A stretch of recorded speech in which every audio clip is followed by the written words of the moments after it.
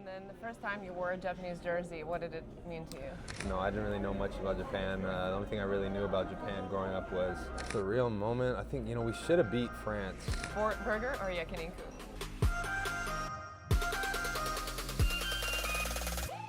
Welcome to Rising Hoops. My name is Martina Motum and I'm joined by Josh Hawkinson. Hi.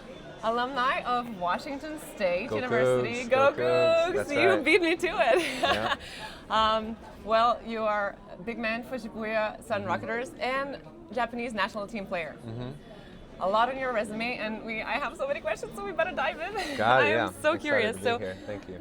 Thank you so much. Me too. So you stayed home for college, and Yep. you picked Washington State University. Yep. Why was it a good fit for you?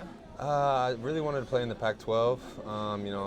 I'm from Washington area, so Pac-12 was the premier conference on the West Coast, and I really just fell in love with Pullman on my official visit. I think one of my memories. It wasn't snowing then. It was, yeah. So it's funny because actually Brock took me around on my official visit. Okay, I missed that part. Yeah, I don't know if he's told you this story before, but we went to a Denny's, and I distinctly remember him ordering a hamburger, and he ate the hamburger with a knife and fork. Oh my God, he still does it to this day. Right? And I was like, is that like an Australian thing? Like, I was not used to it. Obviously, I'm American. You No, do it with pizza, both hamburger, hands. burrito, I Right. tell you, it's Knife odd. and fork. I was like, okay, well, that's a little bit strange, but we had a good time, and he did a good job because I ended up committing. So just fell in love with the people, the community, and I just thought it was a really good fit for me to go there. And then you became one of the best rebounders in school's history, right? And what was the biggest challenge for you during those college years?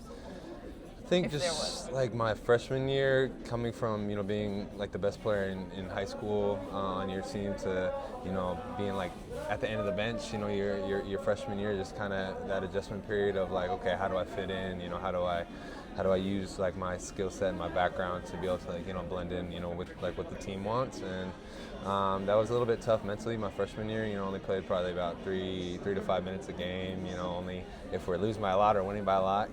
Kind of coming in, as the bench warmer, so to speak. But then I think the biggest thing was just staying ready for when my number called. Because in the next year we had a new coach, and I went from like 3 minutes a game to like 33 minutes a game. So I think just staying ready so you don't have to get ready was kind of like my motto.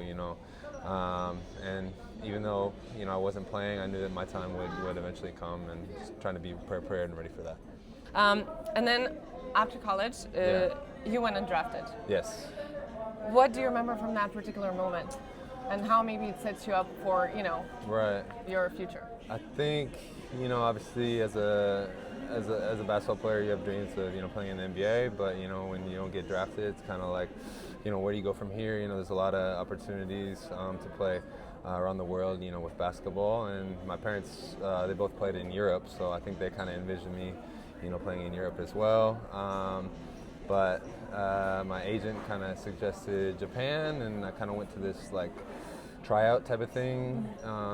It's kind of a scouting event in LA where a bunch of GMs from Japan and head coaches came and kind of watched, and they liked the way I played, and I got an offer, and kind of decided that was where I should start my journey, and it definitely paid off for sure. So be honest now, have you heard much about Japan and Japanese basketball before?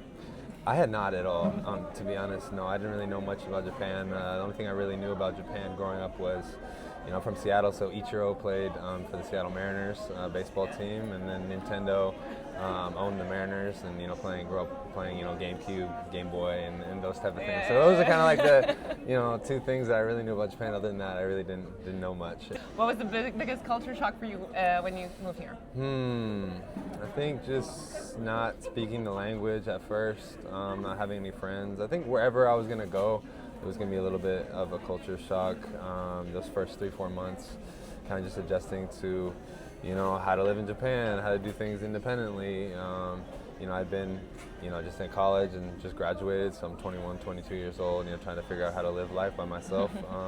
So I think that was a really hard part, but I think once I was able to kind of dive into the culture, find new friends, try to be able to speak the language and try new foods and kind of dive into the culture, that's when I, really started to, have a really good time out here.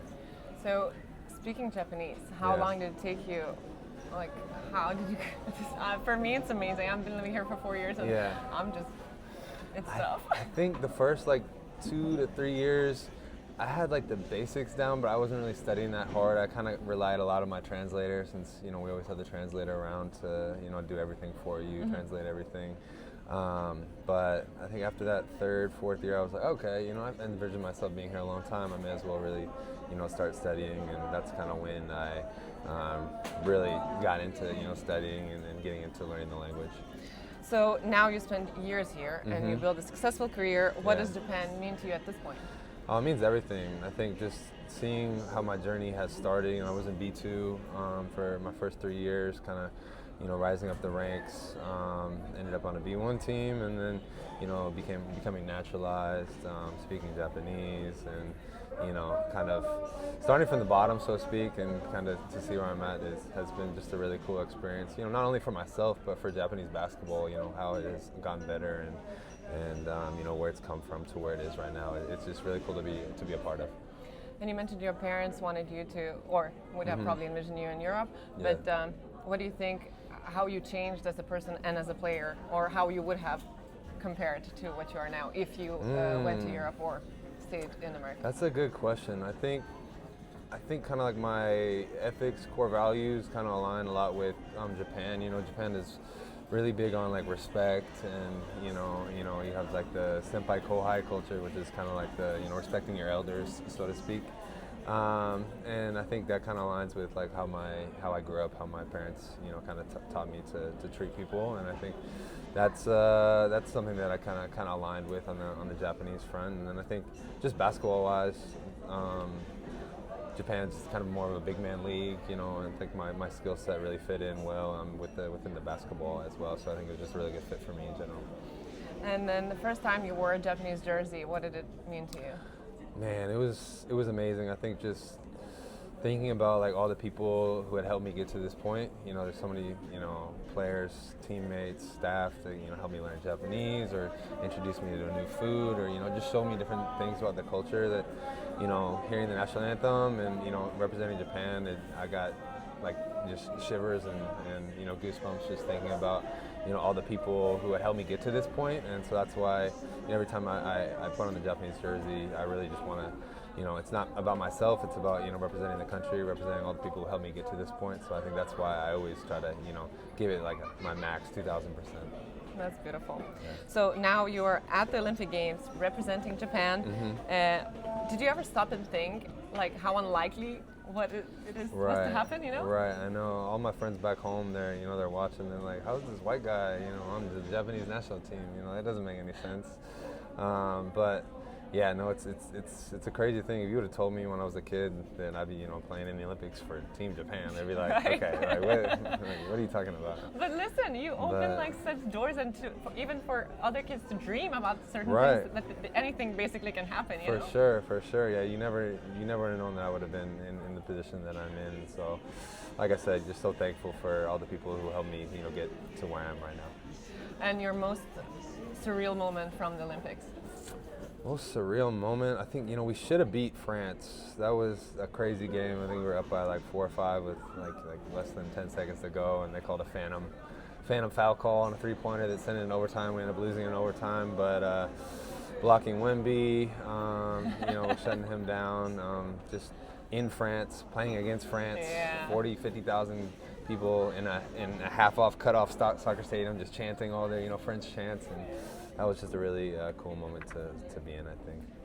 What would be the advice you would give players who do take a different path, like go undrafted, and then maybe stop believing themselves, or don't know what's next? I think wherever you are, it's really important to not only the basketball aspect, but the culture aspect, kind of digging in and figuring out, the cultural roots of, what city you're in, maybe learning a couple, words to start, and then, trying new foods and trying new things. I think that's what my dad really told me, when I was feeling really homesick, I wasn't doing those type of things. And I think once I started doing that, and then I really started to enjoy where I was at and started to enjoy basketball even more too. So I think, those things are connected. You know, being able to find enjoyment in the culture, and then enjoyment in playing basketball. It's just really, off the court and on the court life kind of is connected together.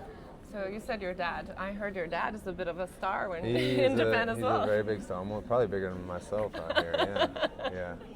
Do the family have a good time when they come here? They love coming out here. They're actually coming out here this week, next week. Oh, that's awesome. He's always dancing at halftime with like the mascots and stuff. So doing a lot of fun things with interacting with the crowd. So they love him and he loves them. So it's beautiful. Yeah. That's awesome. So, what is the one thing that your fans do not know about you? One thing they don't know about me. That's a tough question. We like those. One thing they don't know about me. Man, I don't. Okay. Let me think. I think I've never bought or really used an umbrella before. Oh my God, me neither. Really? And I lived in London for 4 years. Right, so and I think pride myself on that. like being from Seattle, like it always kind of rained, it was kind of like overcast, drizzly and stuff, and we just wear shorts and a t-shirt just cause. And now I walk around and everyone's like, "Are you okay? Are you gonna catch a cold?" Like, I'm like, "No, I'm fine." Like today it's snowing in Toyama, and I was walking around in shorts and flip flops, and people think I'm like crazy. That is crazy. That is crazy. They think I'm crazy for that, but But look, it's kind of recovery, right? Yeah, cold that's bath. right. Cold bath, cold tub. That's right. Yeah. So imagine it's your last day on Earth. Yeah. And you get to pick your last meal. What's starter, main, and dessert? Ooh, starter, main, dessert. It can be from anything, any place in the world, any restaurant, mom's, home cooked, anything. I like my mom's lasagna. I'm a big lasagna fan, so home cooked lasagna, garlic bread, and Caesar salad. I think that's a great combination right there. Not really much of a dessert person, so probably just those three. Yeah, those three things. Well, that's pretty good. That's pretty good. The one thing that you think the rest of the world should learn from Japanese culture? From Japanese culture, or the way they live their everyday life. Just the respectfulness, and then public transportation and being on time. Like you go back to America. Things. Yeah, sorry, that was a couple. No, I love that. Yeah, just respectfulness. Just like stuff is just kind of like run like how it's supposed to be run. Like you go back to America and it's just helter skelter, and just stuff is going all over the place. And I think public transportation is absolutely amazing. Being able to hop on a bullet train, get anywhere you want. The train says it's going to arrive at 12:02. It'll be here at like 12:01. So it can leave at 12:02. Exactly. So like just everything's kind of run like how it's supposed to be run, and that always kind of blows my mind when I go back to America and just see like, oh, this is not how Japan is. So yeah. How your off days look like? Off days, don't get too many off days. I have a lot of like interviews and things that I have to know, and that's all good. But I like to do like recovery, going to the sauna, and I like playing golf a lot. So when I can, and when it's not too cold outside, going to the golf or driving range, work on my swing. That's what I like to do. Yeah. Okay, I have the last bit is the rapid fire questions. Okay, rapid fire. Yep. Okay, so your favorite sneaker, basketball sneaker? Favorite sneaker, Kobe's. One word that you would describe your game? Balanced. Very Japanese. Toughest player you ever guarded? Toughest player ever guarded, Jokic. One player that cracks you up?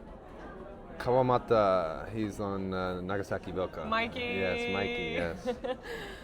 What's your hidden talent? Hidden talent, karaoke. Wow. Yeah. I read that about you and I was like, that's impressive. Yeah. I sang at the All-Star game like last week too. Oh so my God, I need to see that. Yeah, you gotta watch that, yeah. Wow, so you must be a really good singer because, that's my worst nightmare. Singing in front of people? Yeah. Your dream one-on-one matchup? Dream LeBron. I see that. Coffee or matcha? Coffee. Netflix or YouTube? YouTube. Text or call? Probably call. Burger or yakiniku? Ooh, why you do this to me? Why you do this to me? Burger in America, yakiniku in Japan. Oh, Yes. Safeway. Yeah, And 7-Eleven or Lawson's? Family Mart. Yeah. That's right. Great. I'm done. Awesome. Thank you so much. Thank you so much. Yeah. Thank Had you a for great being time. here.